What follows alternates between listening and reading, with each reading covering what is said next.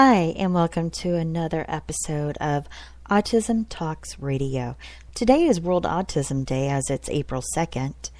World Autism Day was started, they decided it in 2007. I think it was December 18th at the United Nations.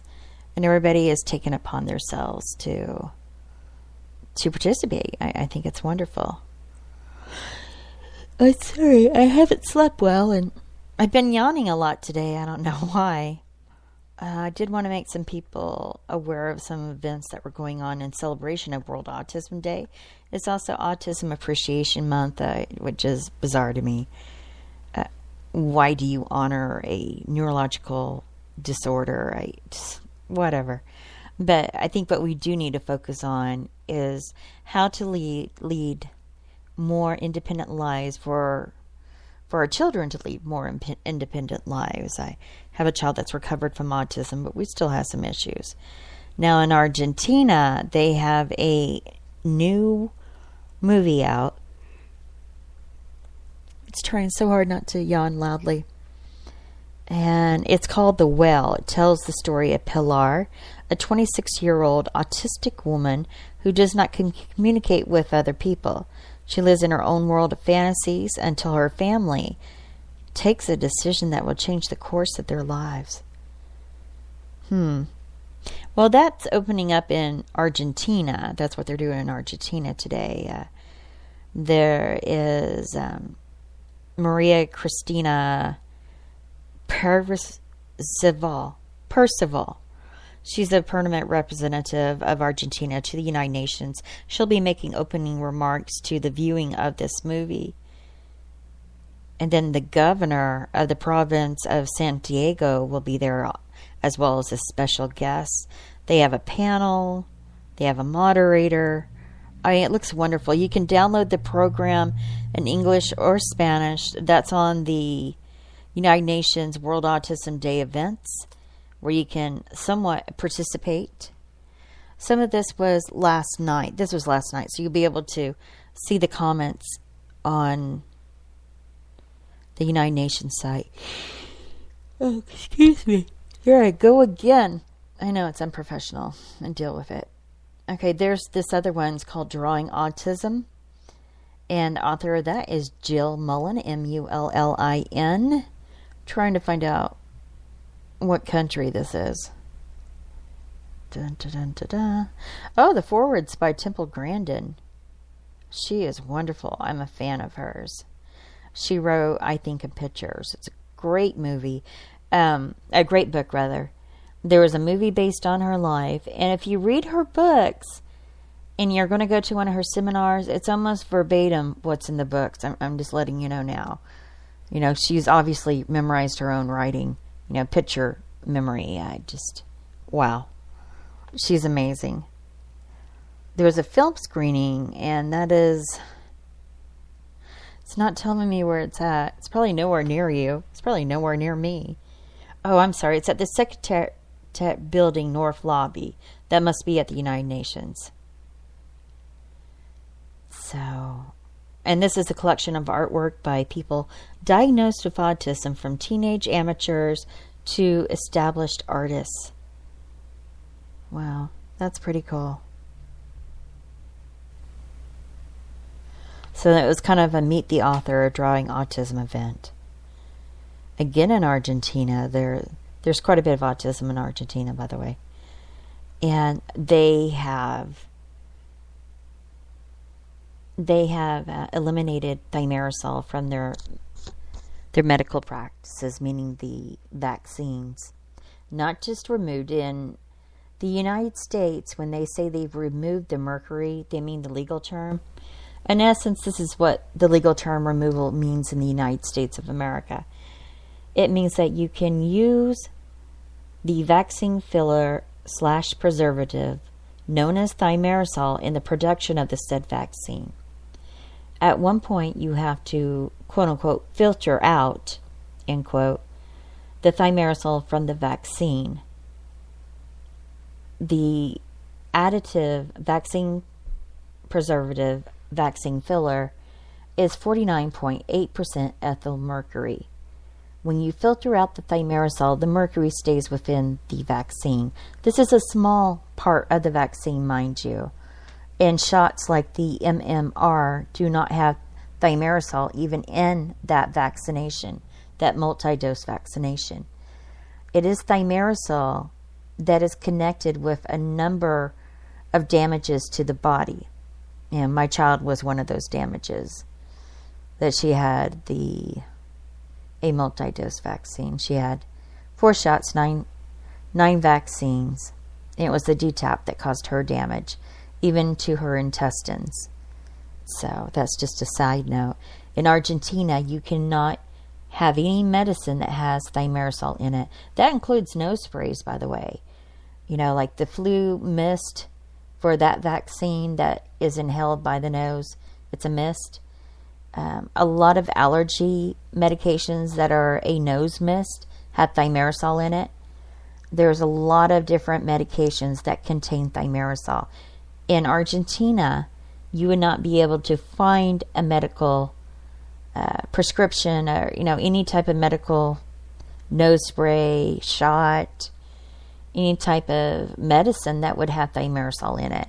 And I think that speaks well of Argentina, don't you? I think it does. So, this one in Argentina, I'm so sorry for yawning. I really do apologize. The blib on this one says, what do we mean when we talk about autism?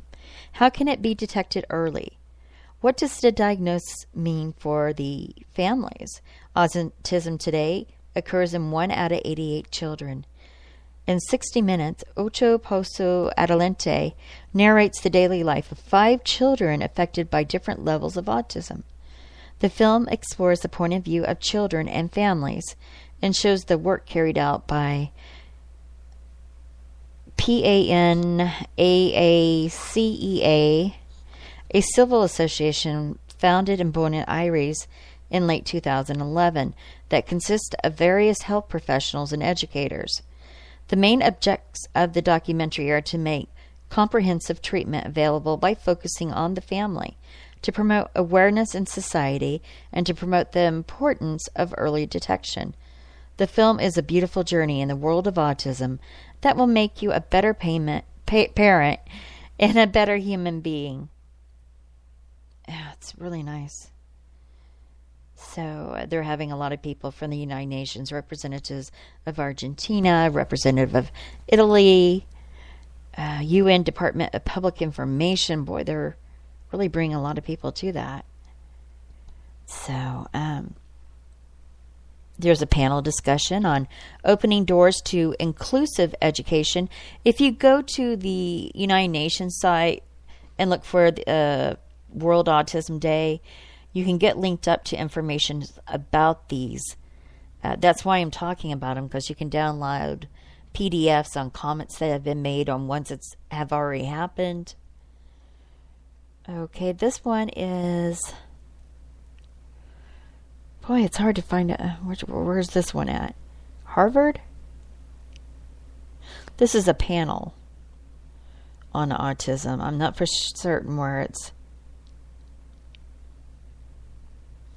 It may be in New York. It looks like there's a lot of people from New York on this panel.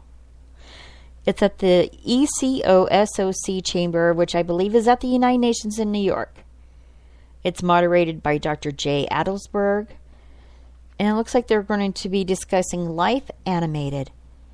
Ron Susskind, Pulitzer Prize winning journalist and senior fellow.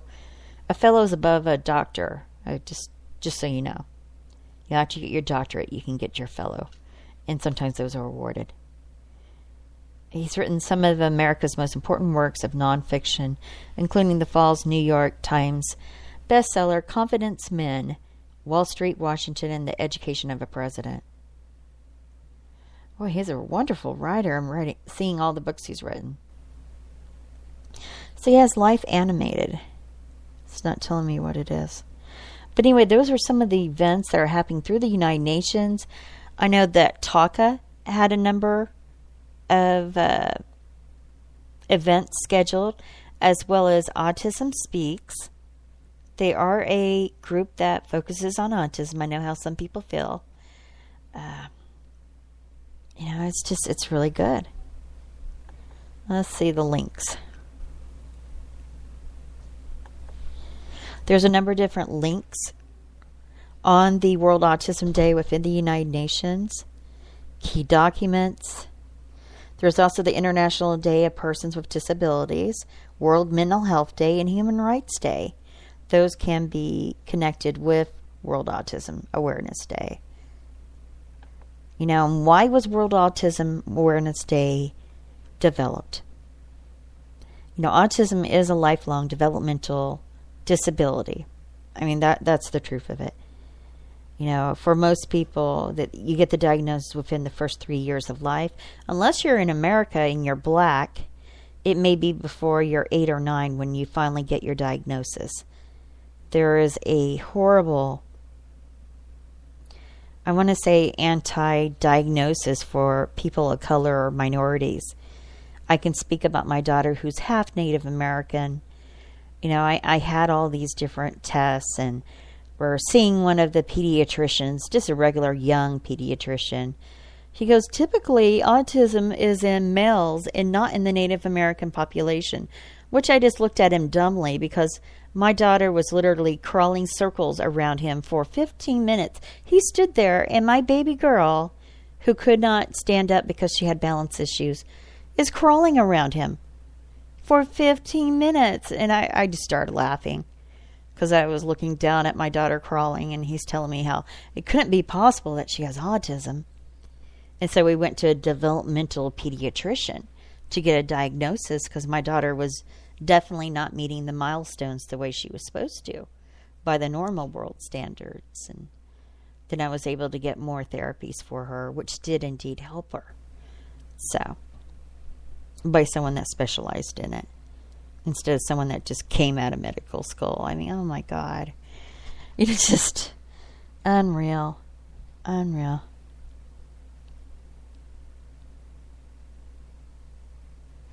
And the United Nations does indeed call it a disorder, not a disease. I think a lot of people get confused. Is it a disease or is it a disorder? You die from a disease, you suffer from a disorder is my thoughts. All right. Well, that's about it. I have a meeting to go to. And it's not on autism. I'm all vented out. I got burnt out for a little while, and I did a lot of writings, a lot of essays, a lot of articles for different autism magazines under a different name, and I don't know. I think if you get so submerged into a certain culture, at one point you're going to experience burnout. I just want to be myself authentically, love my children unconditionally, and make a difference in society. And I hope I have. For the following podcast, I'll be doing a variety of different topics, little short podcasts, so it won't take up that much room on your iTunes, your little iPod. So, anyway, well, thank you for listening. And if you know of any events for Autism Awareness Month, see, it's even hard for me to say that. I hate it. Yes, it's wonderful that we have awareness, but where are the results? Where are the answers? You could be aware of BS all day long, and it's still sitting there, stinking up the room. I get a little annoyed, and I hope you can bear with me, but Autism Awareness Month. April is Autism Awareness Month. Oh my God.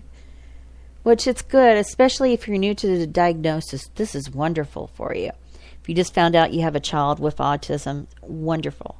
Fabulous opportunity to learn about the diagnosis, the disability, the possibilities out there, and maybe be able to push a bill through to become law to help your child.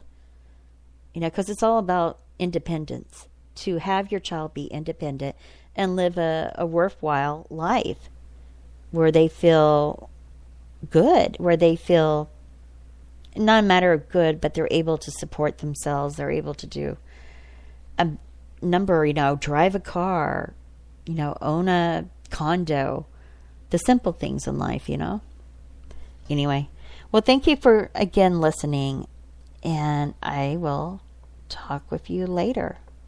Thank you for listening to Autism Talks Radio, where all voices hold value.